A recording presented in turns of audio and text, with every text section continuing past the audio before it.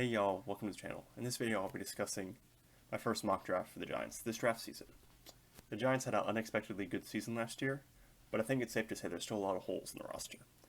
I think this draft is very important for the Giants to help fill these holes and build on the success of last season.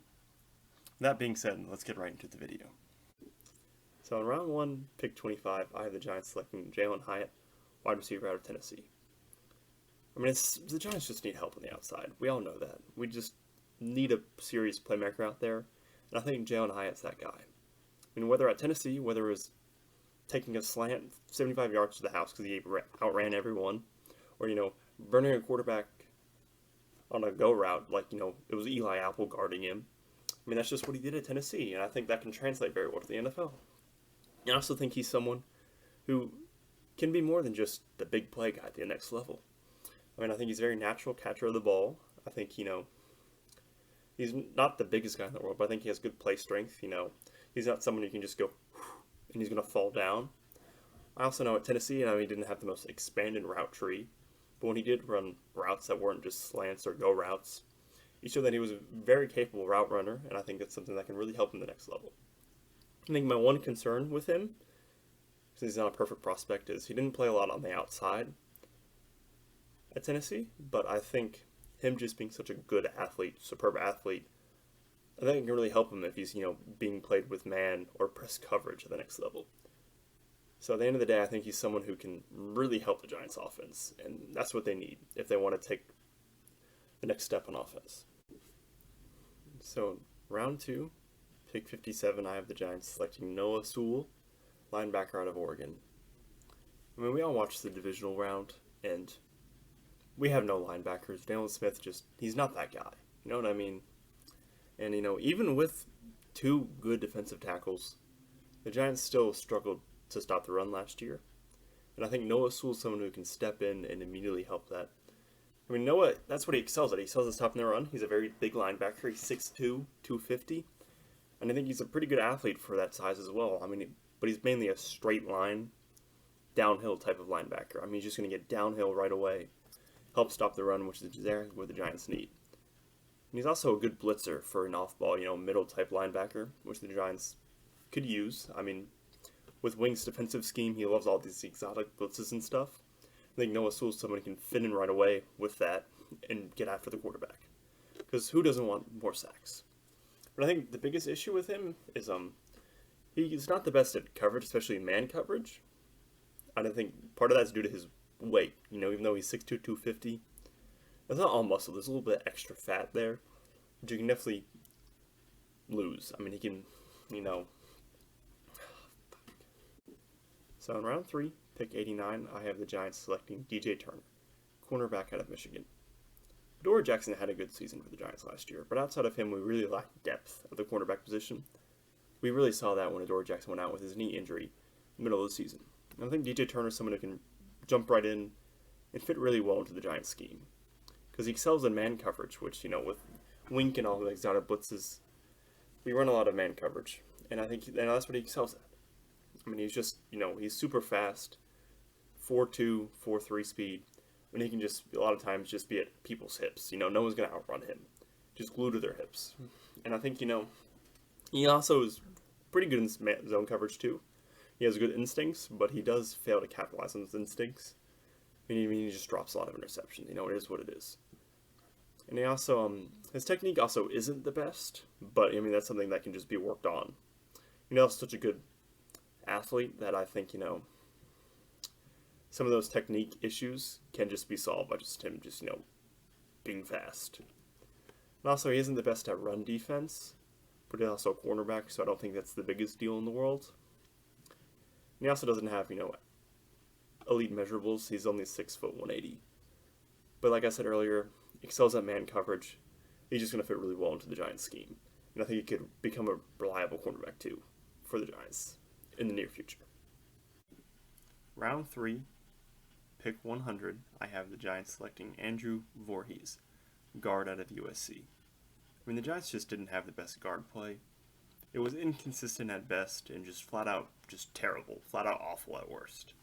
And I think Andrew Voorhees is someone who can come in, start right away, and help the Giants there.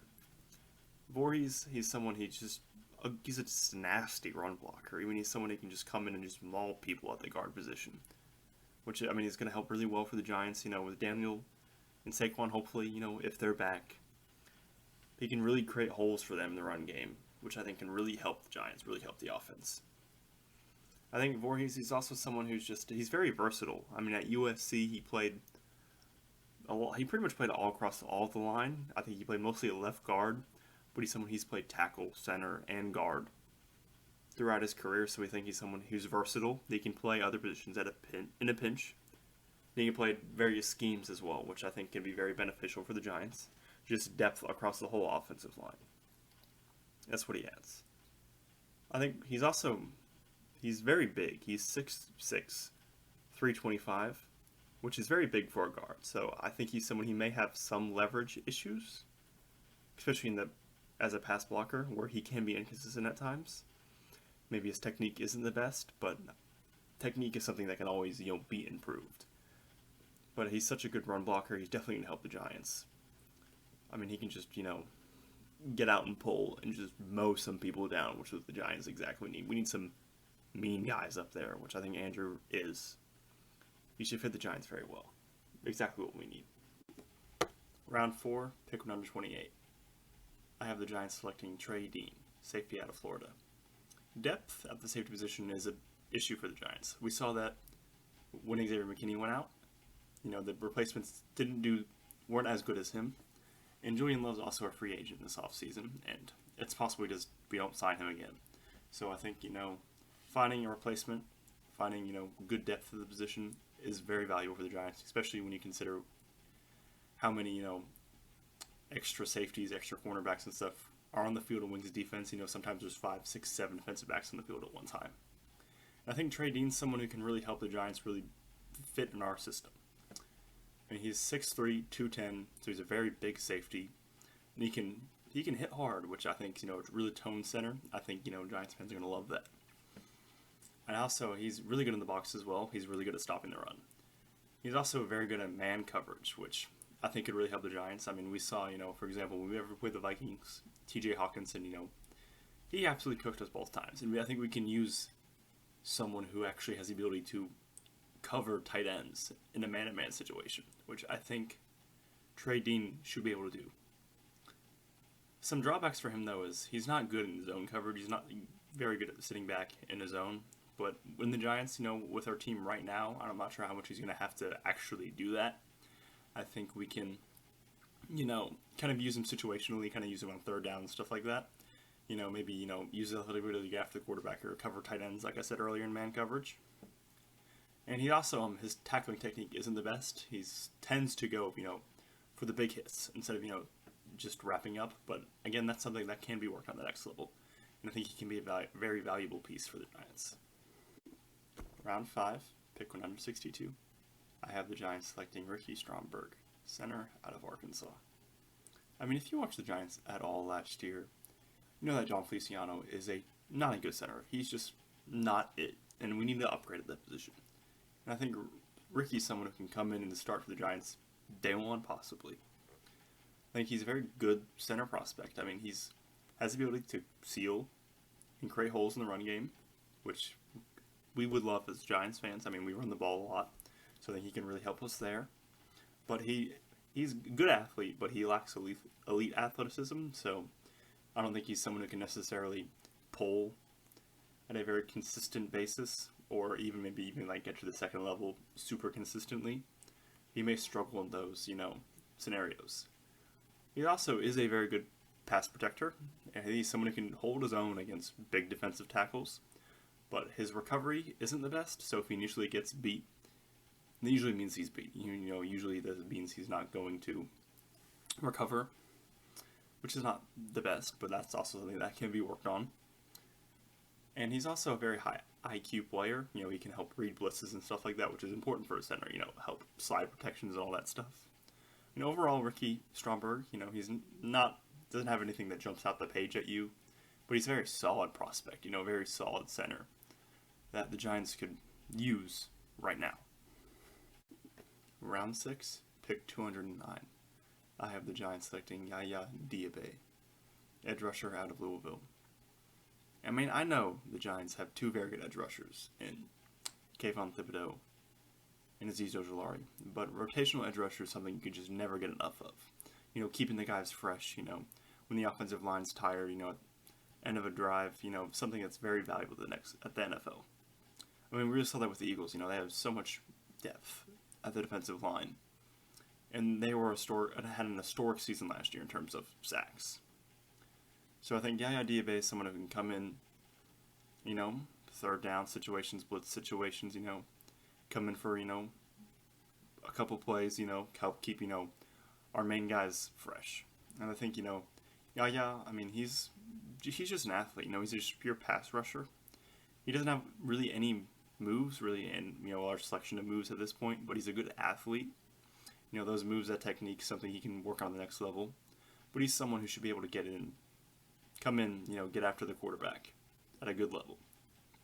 He does struggle against the run, though, which is a concern, but at the same time, it's something he can work on, and we can also use him situationally, kind of use him, when we use all these exotic blitz schemes, just rotate him in for a couple plays.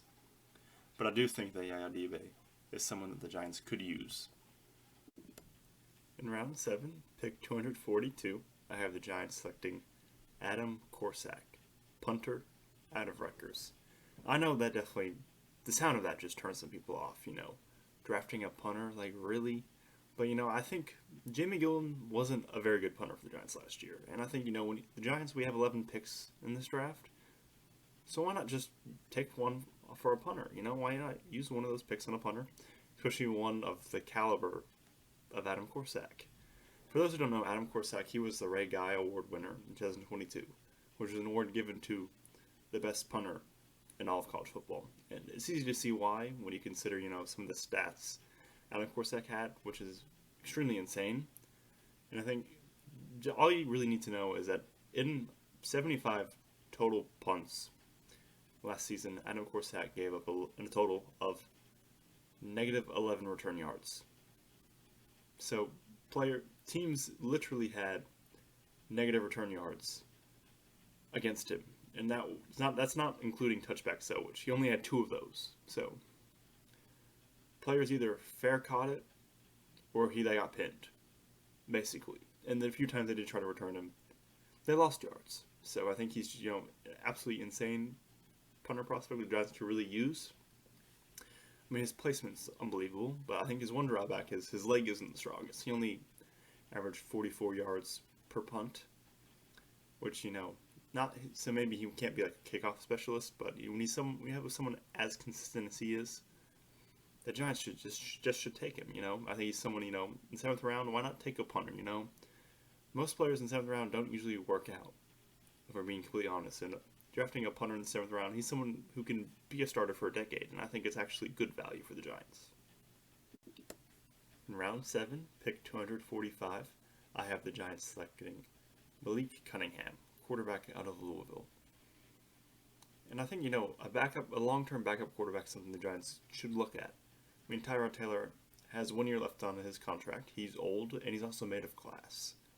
So I think finding a replacement for him is needed. And I think Malik Cunningham's probably one of, a realistic option at quarterback in this draft, who I think fits the Giants' offense very well.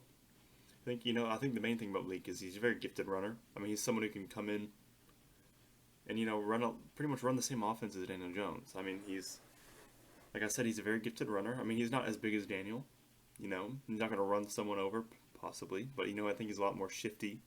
I think he's kind of more like Lamar in that sense, maybe like a great value brand Lamar, if we're going to be completely honest. So he can, juke somebody, he's not going to run you over. I think Malik, he's good at, that short, intermediate passing game, that quick passing game where you don't really have to think that much, which is kind of, what the Giants' offense is, especially last year. Who knows if that's going to change in the future, but yeah, I think he's someone, he has a lot of the same skills as Daniel Jones. I mean, I think Malik, probably his big thing is, he doesn't really have some amazing arm. He doesn't have an elite arm strength. So, I mean, he's never going to be a deep ball thrower. And I think Malik Cunningham, he can have some issues, reading coverages, especially when he has time to think, when he doesn't have, those quick throws, he can struggle with that. And his ball placement, can be a little inconsistent at times, especially, with deeper throws. But overall, I think Lee Cunningham is someone who can be a solid backup for the Giants. Round 7, pick 255, I have the Giants selecting Evan Hull, running back out of Northwestern. I think Matt Breida, he was a very solid backup for the Giants last year, but I think it makes a lot of sense to find a cheaper and younger option as a backup running back. I think Evan Hull's someone who can fit very well with the Giants. I think Evan, he's a dynamic back. He's someone who can be utilized in the run game as well as the passing game, where he actually really excels. He's a very natural catcher of the ball. He's someone you can throw screens to. You can throw him out to the backfield, which I know Daniel loves to do. He loves to throw to in the flats, especially to Saquon. And I think he can do the same thing to Evan Hull in certain situations. And I think Evan, he's a good runner. He doesn't shy away from contact. He'll hit the hole if it's there. He's a good high IQ player. But I think the one major drawback with Evan Hull is that he lacks elite athleticism, particularly speed. He doesn't have that second gear to, where he can get through the second level and just outrun the safeties. He's just not going to be able to do that at the next level. But overall, I think he's a solid option for the backup for the Giants. And that wraps up my mock draft. I would love to know who you guys have the Giants drafting, so let me know in the comments. I also plan on doing 2 more mock drafts before the draft in May, so subscribe so you don't miss those. Anyways, thank y'all for watching and have a blessed day.